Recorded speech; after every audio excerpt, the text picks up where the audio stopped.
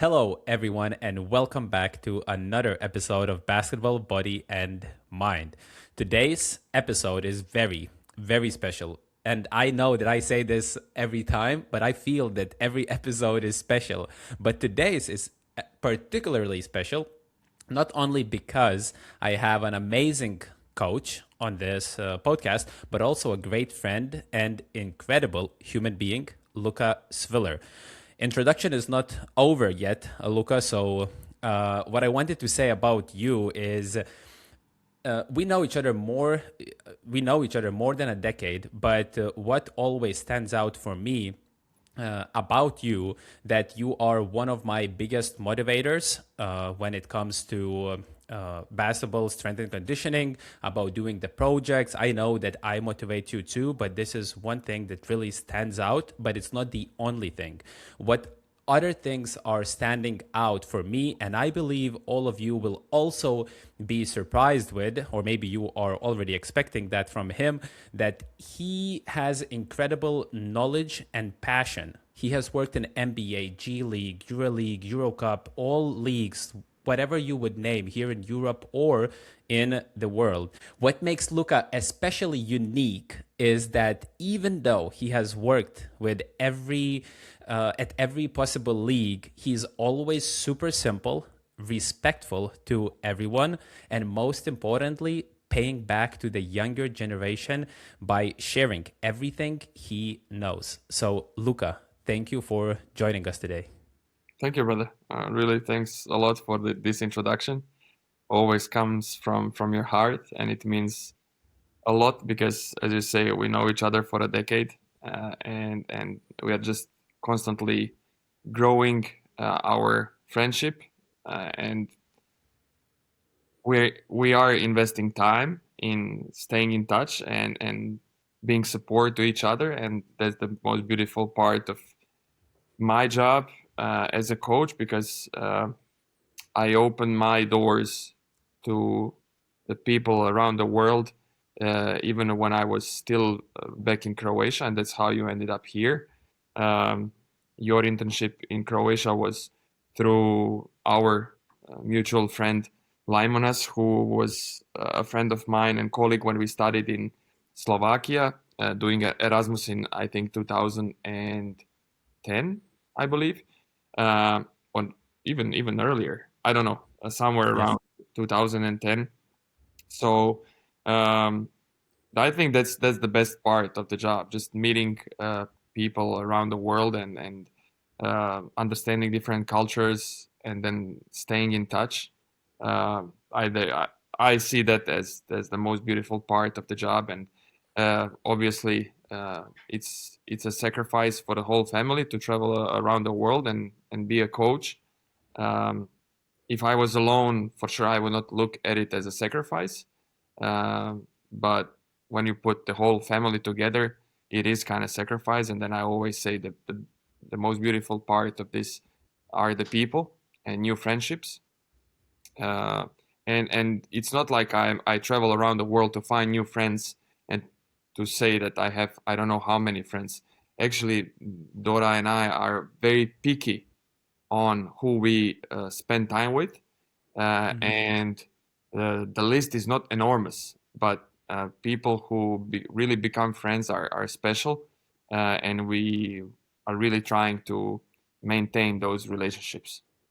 Yes, I mean, two things that came to my mind. One is that you are really, really saying truth about that relationship is something that you don't even kind of go to look for, let's say, building relationship. However, like as a coach, but they just build. But at the same time, this is the second thing that I thought about. This could be also true, or maybe have you seen that it is true also in terms of relationships building between coach and a player. That is also something that you build, and something that is important, because now we have relationship between coach and a coach like us, that we became friends. But do you feel also that building relationship between coach and a player, that also could lead to a friendship like long term?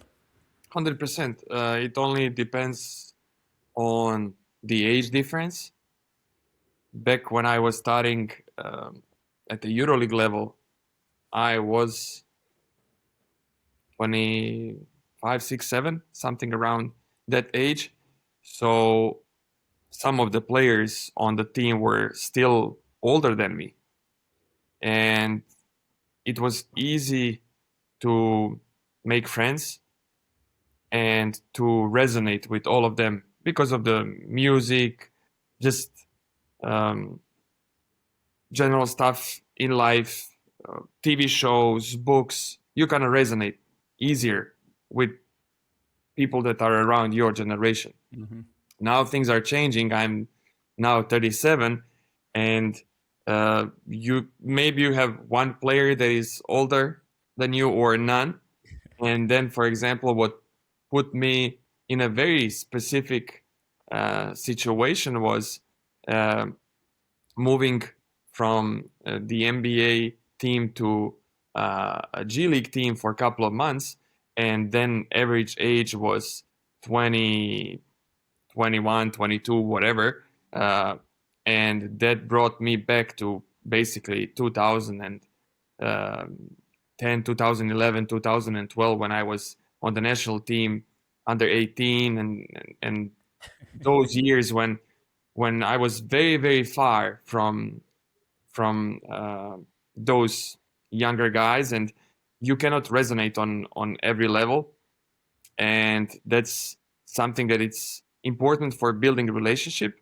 But uh, I have a lot of players that I have continuous relationship with uh, from those years when I was in Basconia, for example, 4 years. Guys like Marcelinho, uh, Toko, Shengelia, Shane, and then obviously that's one of the reasons why I work with Shane. Shane was there only for a year, but 1 year was enough to kind of build relationship and build good relationship as a coach and a player on the professional side. And basically, um, 10 years after, we are working together as a player and a personal coach. Just because of that relationship.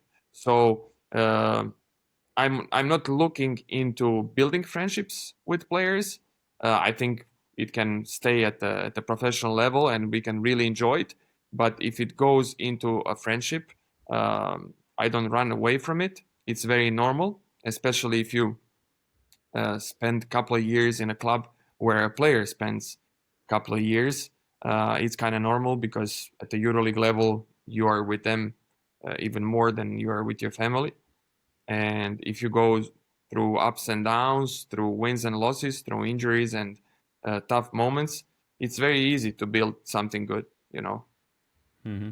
Just like in military, because they are going, as you say, from ups and downs, and they really bond together, and then they say call each other brothers.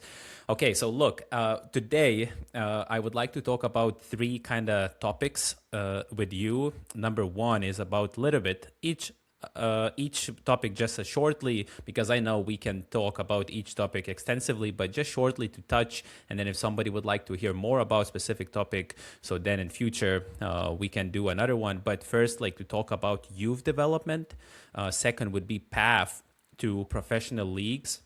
And lastly, when somebody is at the professional league, so maybe you could share a little bit of the lessons of the observations that you have seen at that level. How does it sound for you? Perfect. Okay, so I would like to start since I am working online with youth, mostly basketball players. And what, in your opinion, should be the main focus in terms of strength and conditioning of a basketball player between age 14 and 16? Like, what should they focus on at that age? Because sometimes parents, they call me or they text me and they say, "Hey, my son is not jumping high enough. He cannot dunk, or he is not." he doesn't have explosiveness in his legs. Like, what can we do to improve? So before I say my answer, what I usually say, what is your answer? What should they focus at that age? Well, at that age, I believe that you have to be a master of, mm, let's use the term calisthenics, just to be very, very clear about the goal of being master of your own body and manipulating your body in space. And that can go very far. We don't have to make those flags and crazy exercises, but what I think is that between age and 14, you cannot skip that uh, and go into lifting weights without doing. I'm not talking about like squats. Okay, squats should be done and maintained um, as to the grass just because of lower body mobility and general health.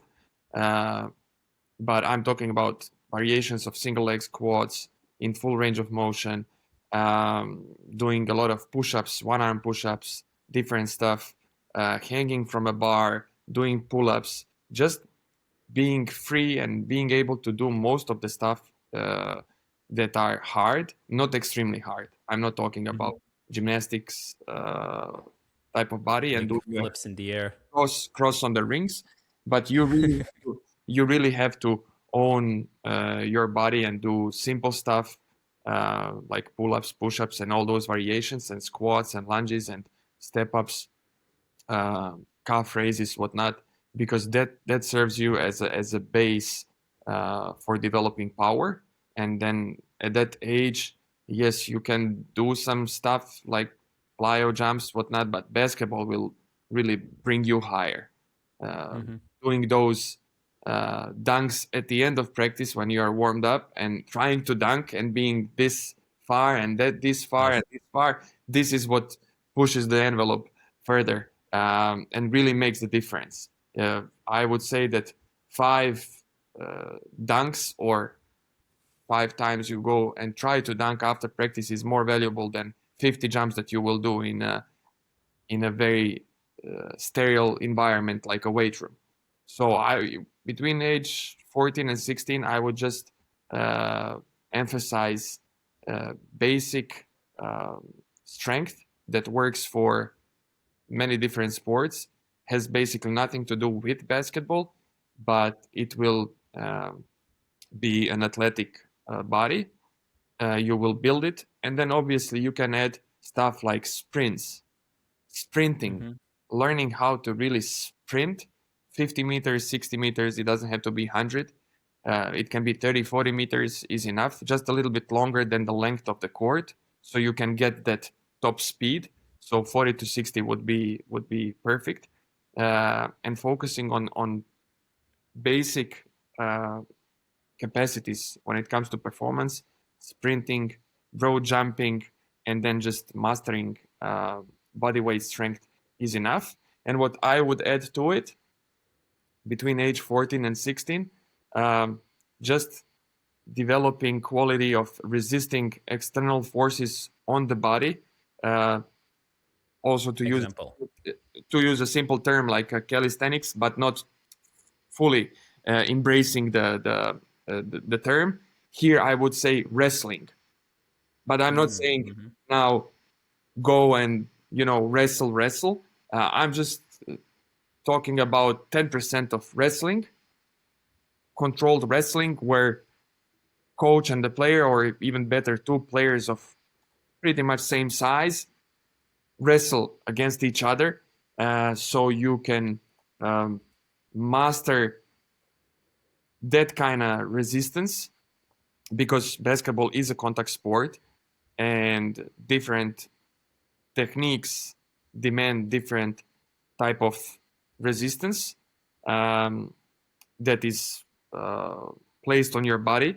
Um, we don't see maybe that as often as we used to, because basketball is evolving and changing. But low post game is all about Mm-hmm. understanding when to apply contact, when not to go for contact. So it's also timing. That's why I'm Yes. Yes. saying wrestling, because wrestling is reaction and a lot of anticipation. So those kind of things are pretty cool, and there is always time and place to do it. Um, you can wrestle in basketball practice, but you can also go and wrestle in a wrestle gym when there is a time for that. Maybe at the age of 14, 16, if you're not playing every single weekend, maybe that can be a weekend activity. Um, Mhm. and if you're not comfortable to do it during the season, maybe you can do it during the off season. Does that make sense? Yes.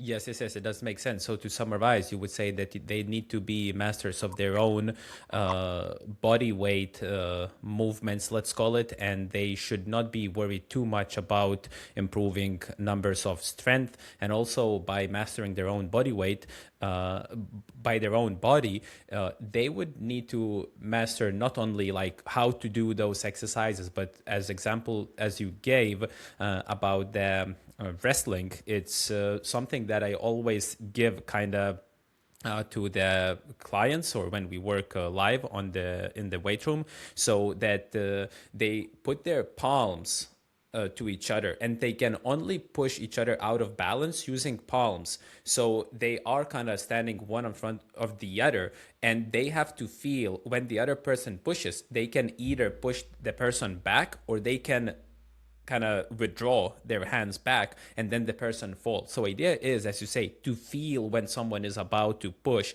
and you reacting to that, like somebody's posting you and you're pulling the chair under. So that would be also something that I thought. But my question then is, why would you not be worried about strength if strength numbers, if strength is foundation that is built on everything?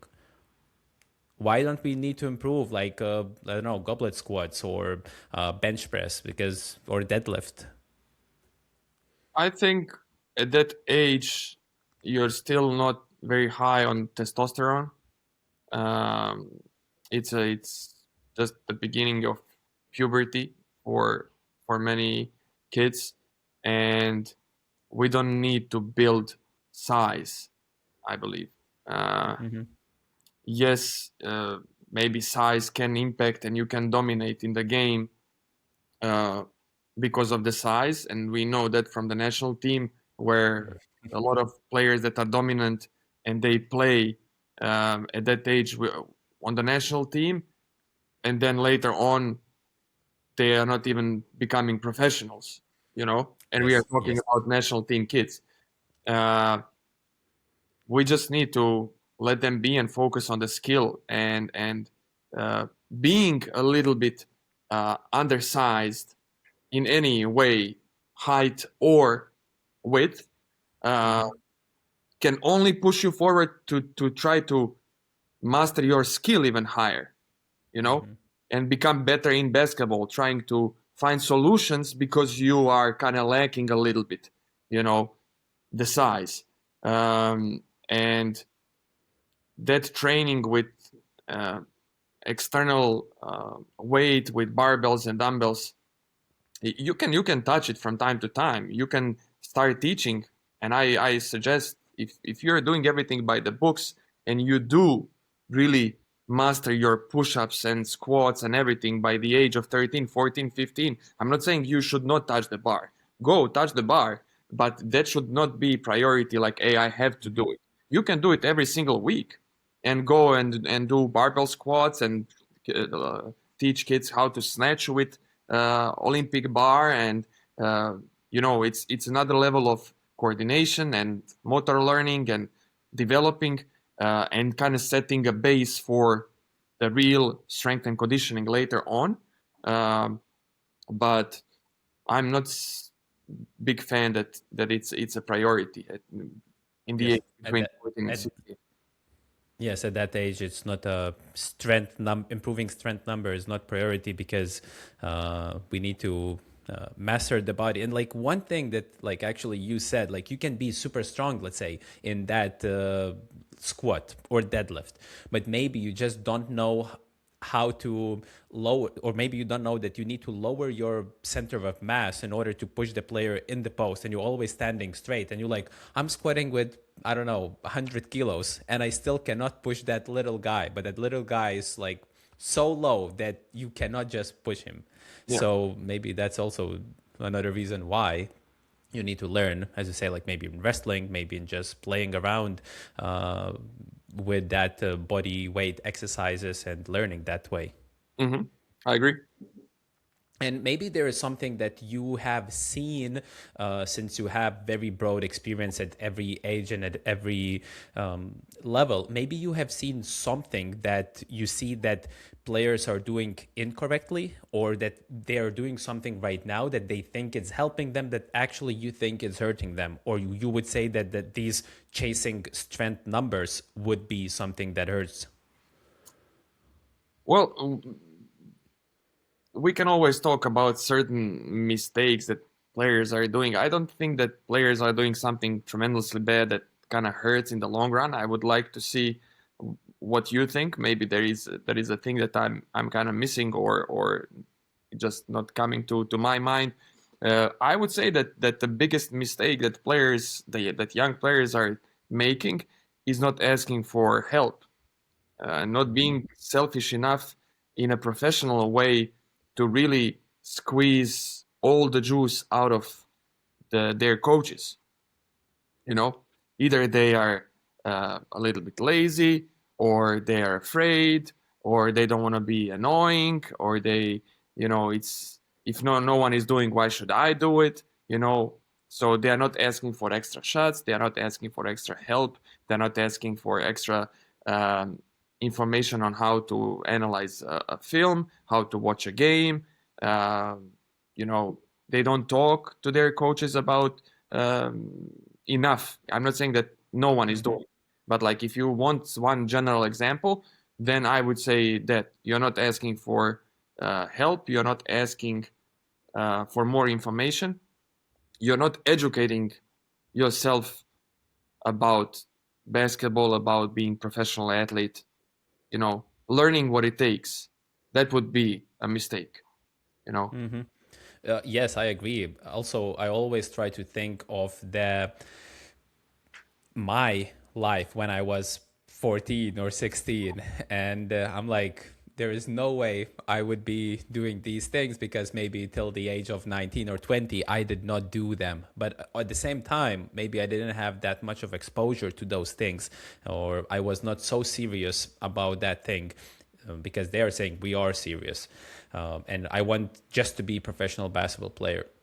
What came to my mind is that they often try to think about development. Maybe it comes from the parents also a little bit, that they always try to think that everything or most of the things needs to be basketball specific. Maybe we need some bands on and do specific exercises to the that we do on the basketball court. Maybe we need to do more of that. At least in Lithuania, it's pretty common to have track and field coach to coach the kid, which is good, I believe, because maybe track and field coach can expose to different track and field. What would be the name, like sports, track and field sports. So then it's like you're learning how to throw the disc, you're like how to do the shot put, or maybe you are throwing the javelin, or you are jumping over the barriers. It's good, but sometimes, often what I hear, it's mostly about sprint and sprint technique. Hmm. So we are working on that. So I would say that maybe these two things that came to my mind: basketball specific, and like they just focus. Okay, we need to improve speed. Let's hire the sprint coach, and kid is like 14 years old. So these things that came to my mind.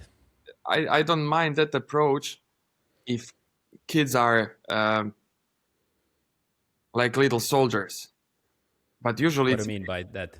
like they will follow the coach and it will bring something positive.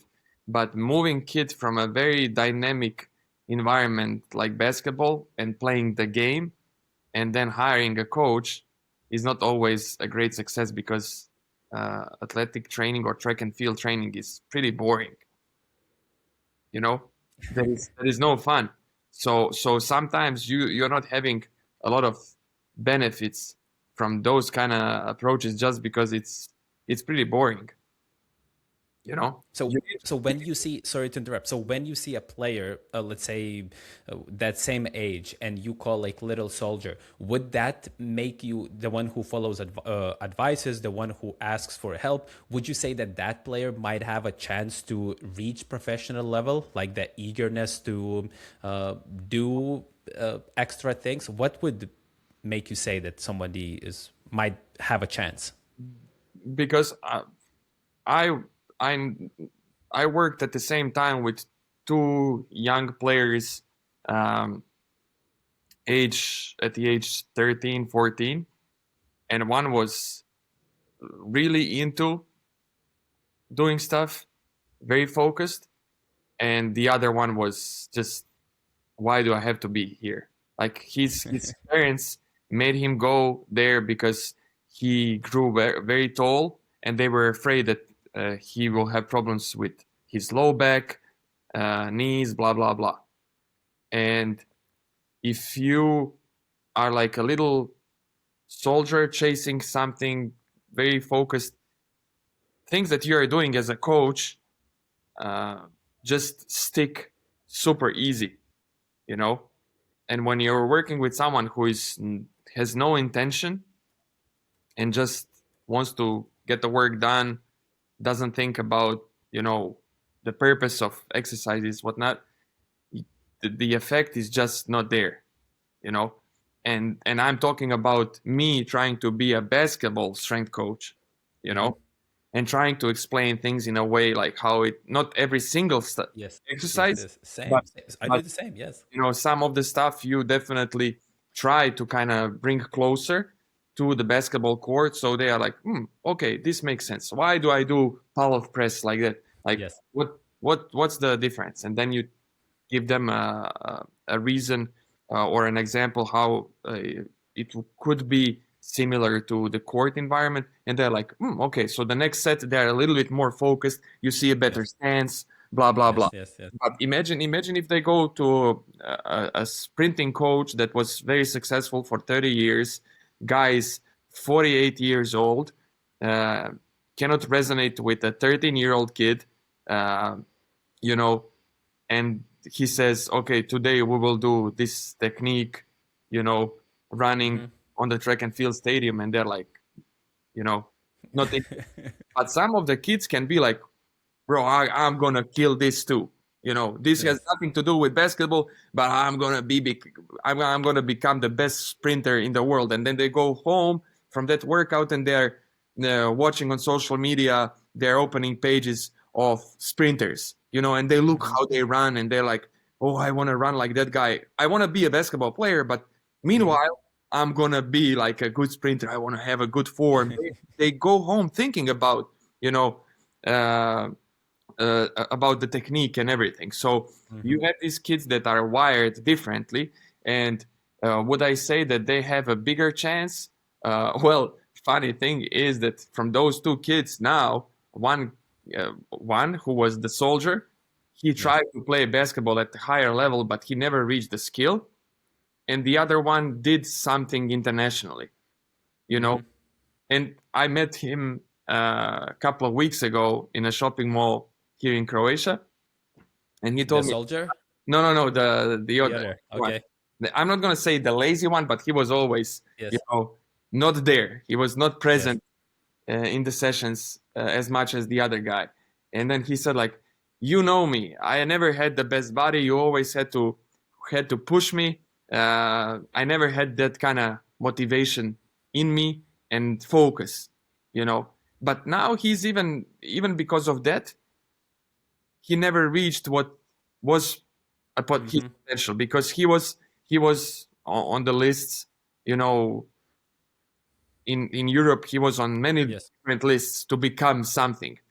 He's barely playing now, you know, internationally, you know, not Hmm. getting minutes on the team where he plays, whatnot. So um, I think to answer your question, I believe that there is something, you know, if you have that focus, that, you know, if you're eager to do things, if you're wired like, okay, this is the way, you know, if you're trying to be very professional in everything that you do.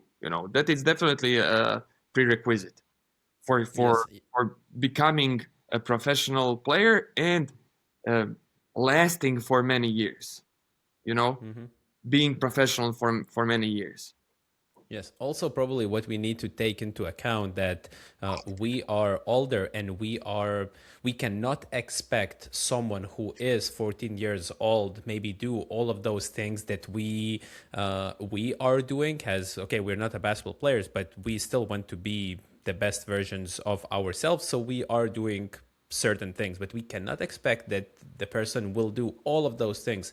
I mean, at least I don't expect that the person at age 14 will do all of those things. So sometimes when I have a meal plans that I would recommend to eat, let's say at these certain hours, I don't send that to kid. I ask parents to help, so kid doesn't need to think about those things.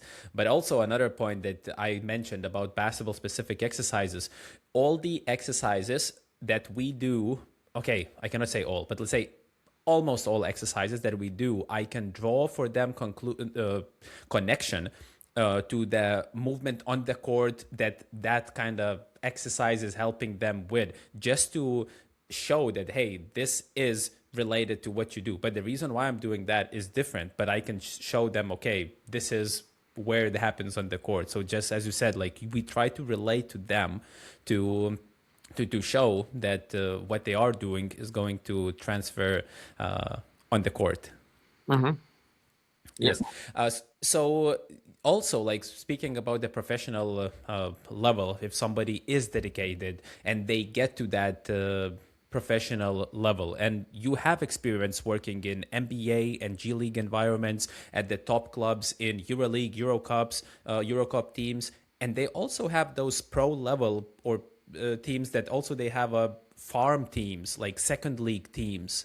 So how do those younger players who are in both teams, what do you see different between them and veterans? Like, I'm not talking about basketball experience, obviously, but what are the differences when you see that young player and veteran player?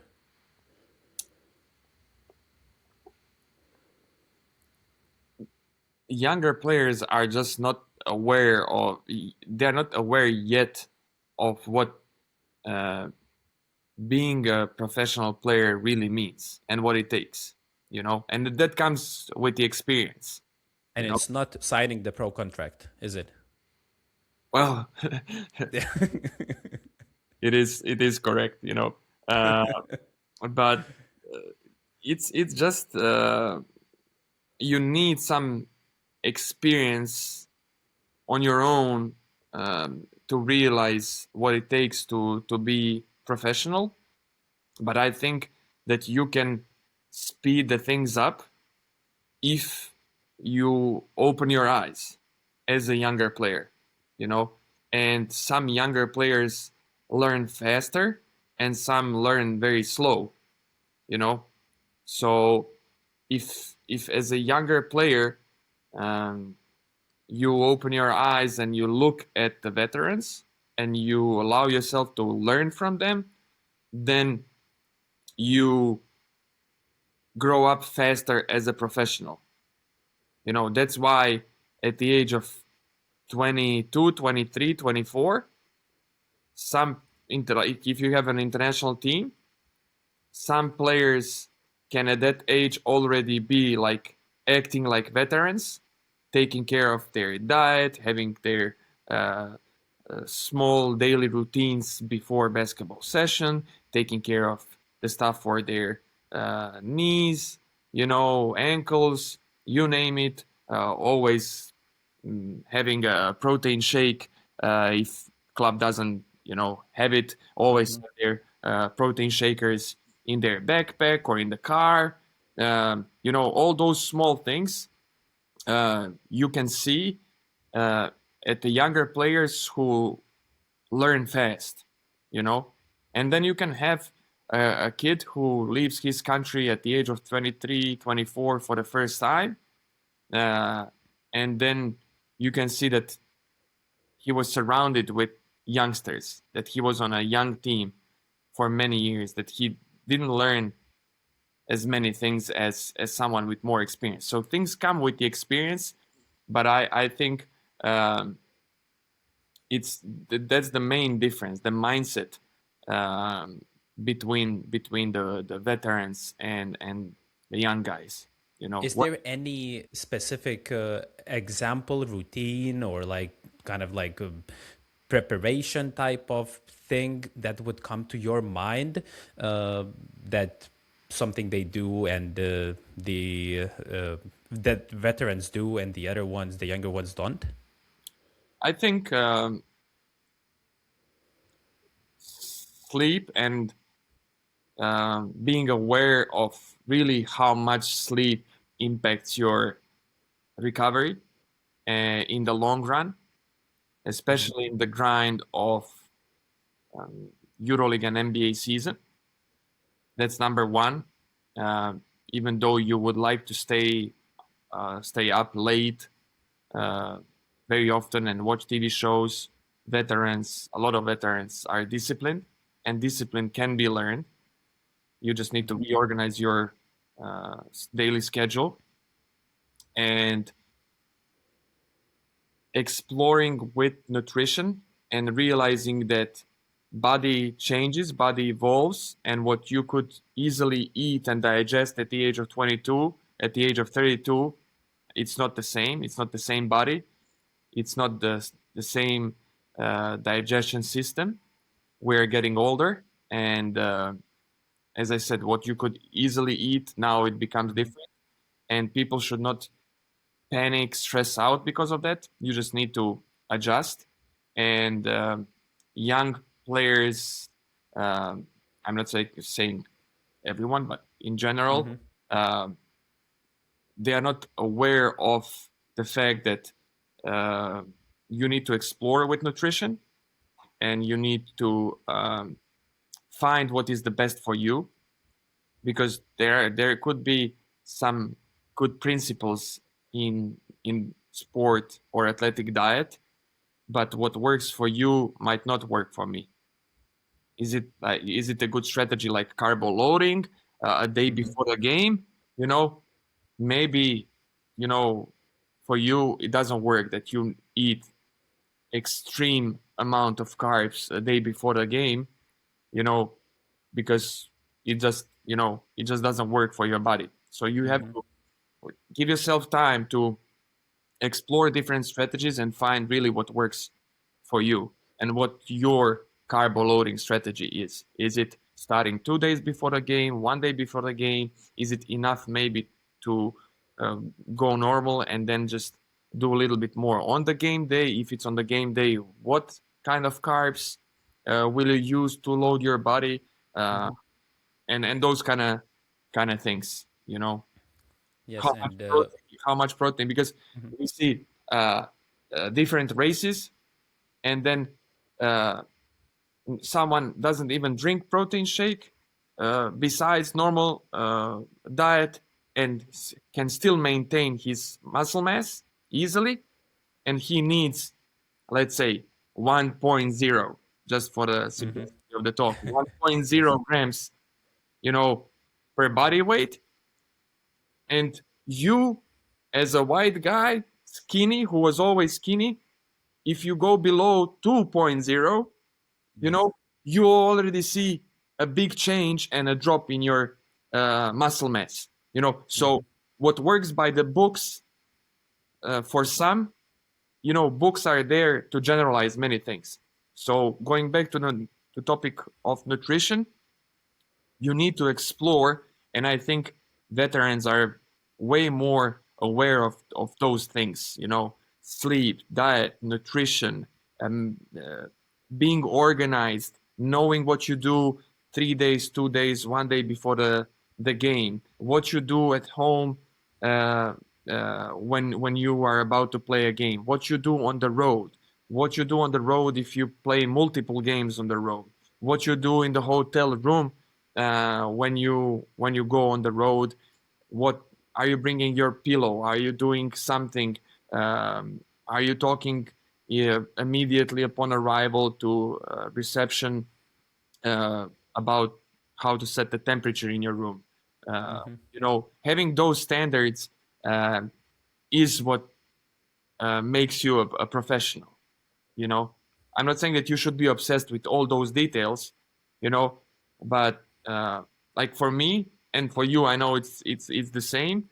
Uh, I always want to know if there is a good weight room in the hotel, so I can organize my Hmm. day, in a way. And if I need not only to work out by myself, but if I need to help out some players, that I know what I can count on and take them through something, or I have to uh, rearrange it and maybe make my room as a little weight room, or I need to Hmm.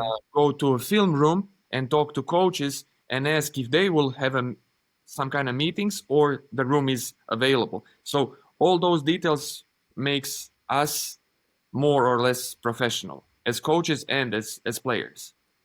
Yes, and maybe it's like a great answer because it comes down probably to one of the most important things that I believe that will help, and it's routines. And when you say sleep, we are not talking just about the hours, when did you go to bed and when did you wake up, but we're talking about like how do you kind of get off your mind, and how do you set up your sleeping before you go to sleep. Like when you wake up, is the first thing that you do is checking your phone and you put that kind of, let's call it, trash to your head? Like what do you do? And those routines, maybe somebody will say like, but like, Luka, how can I remember all of those things that I need to do when game day -1, or what is my dribbling routine, shooting routine, my routine after the basketball game, like what should I do?